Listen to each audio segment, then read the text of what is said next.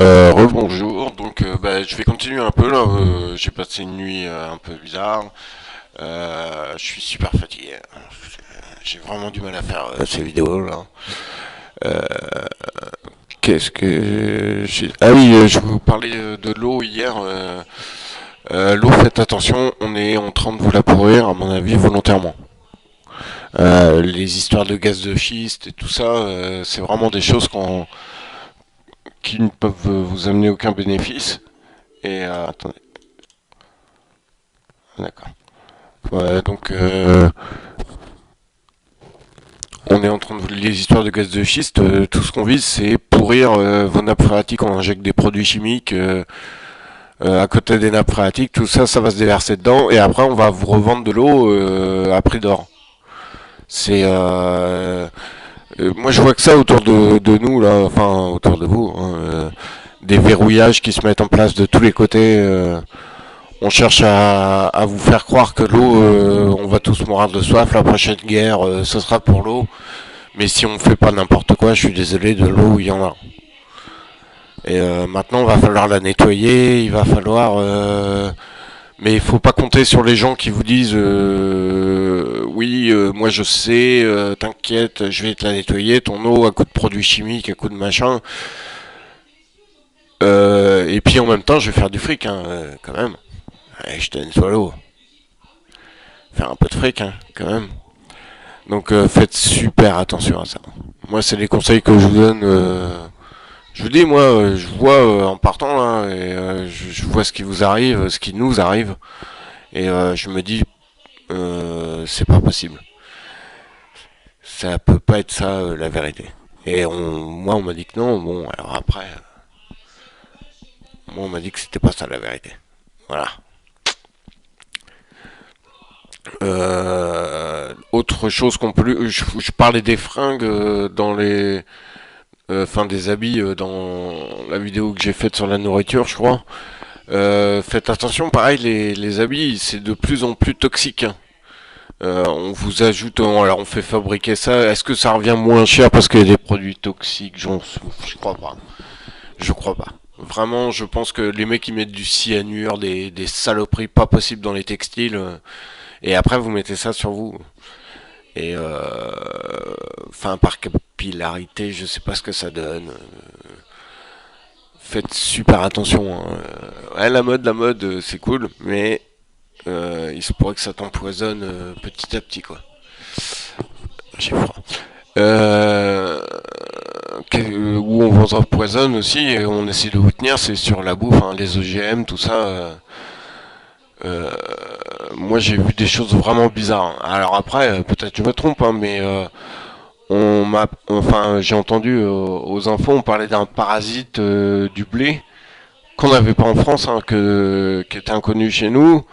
Mais il y a une société que je citerai pas, qui est assez connue dans le domaine, et qui a sorti un OGM résistant à ces bestioles-là, quoi.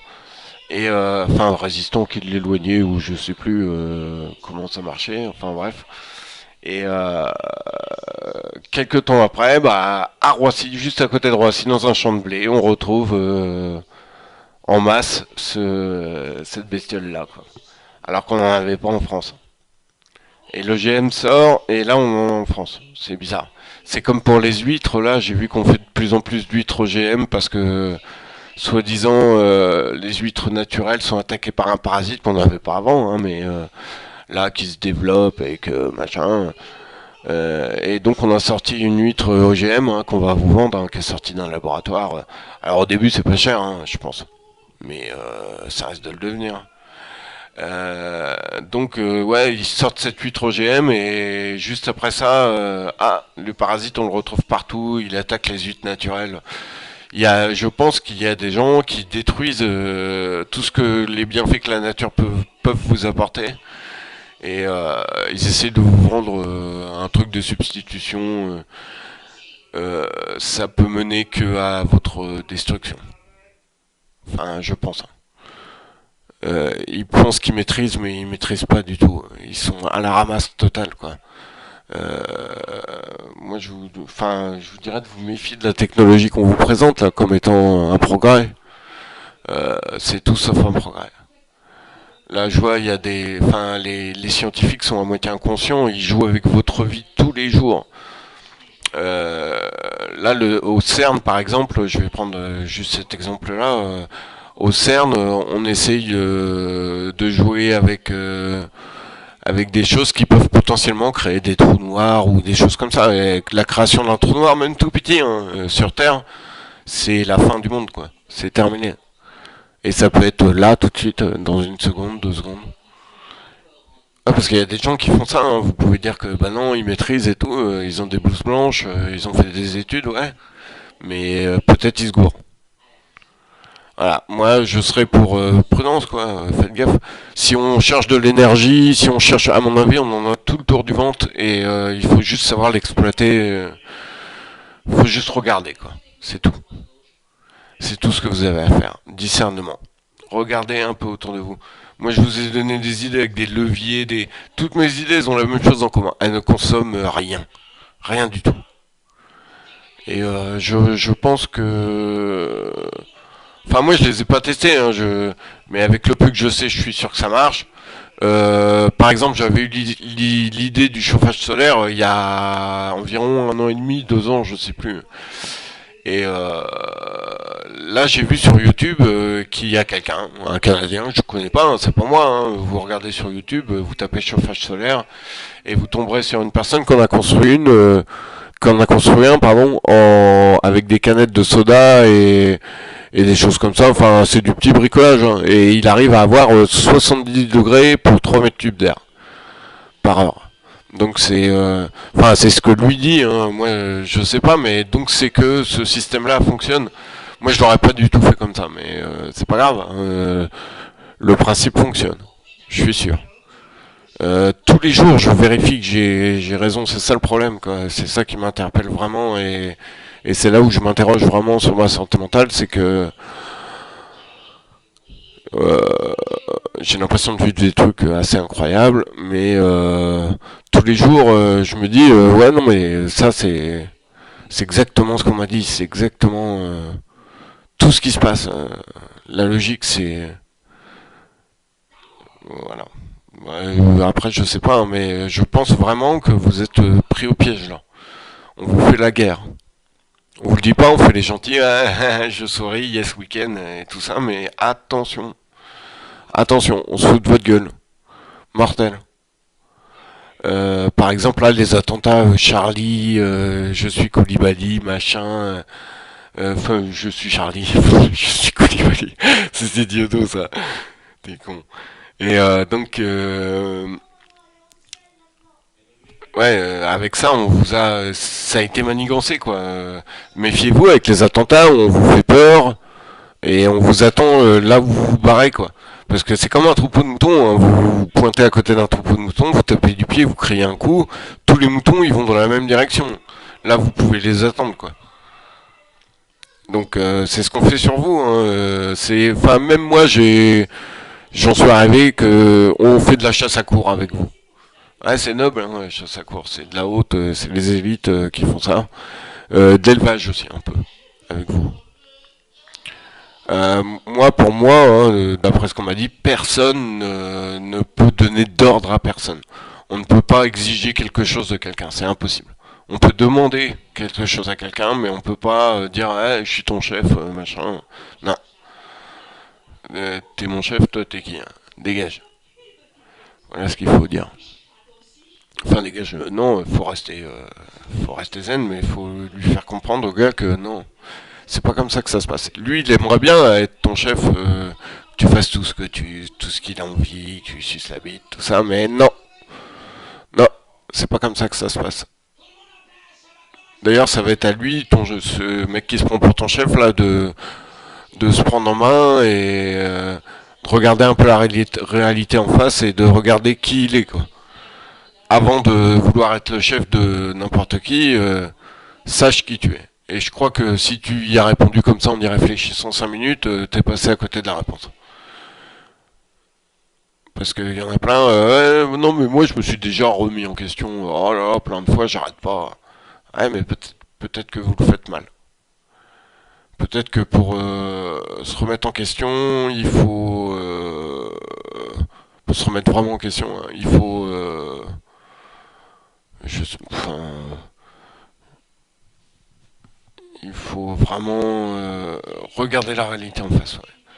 Prendre beaucoup de recul et surtout regarder ses actes, les conséquences de vos actes.